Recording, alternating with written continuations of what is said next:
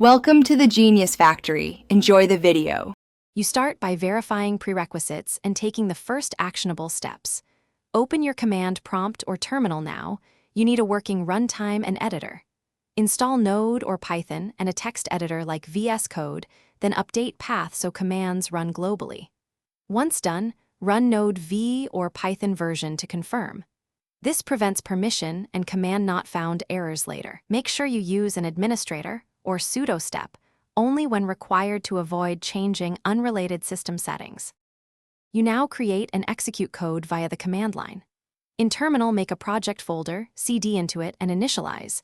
npm init y for Node or create script. Py for Python. Open your file in the editor, write a simple console. Log or print, save, then run node index. JS or Python script. Py.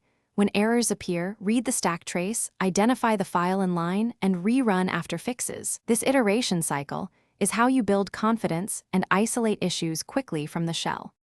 You finish by wiring dependencies, making scripts reproducible, and preparing for debugging. Install packages with npm install or pip install, add scripts to package. JSON, and on Unix add a shebang and chmod plus x if needed. Run with flags to change behavior and use verbose or debug modes to get more detail.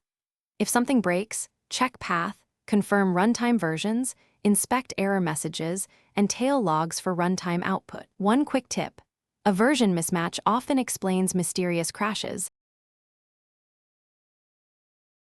Thanks for watching. If you found this helpful, don't forget to like and subscribe.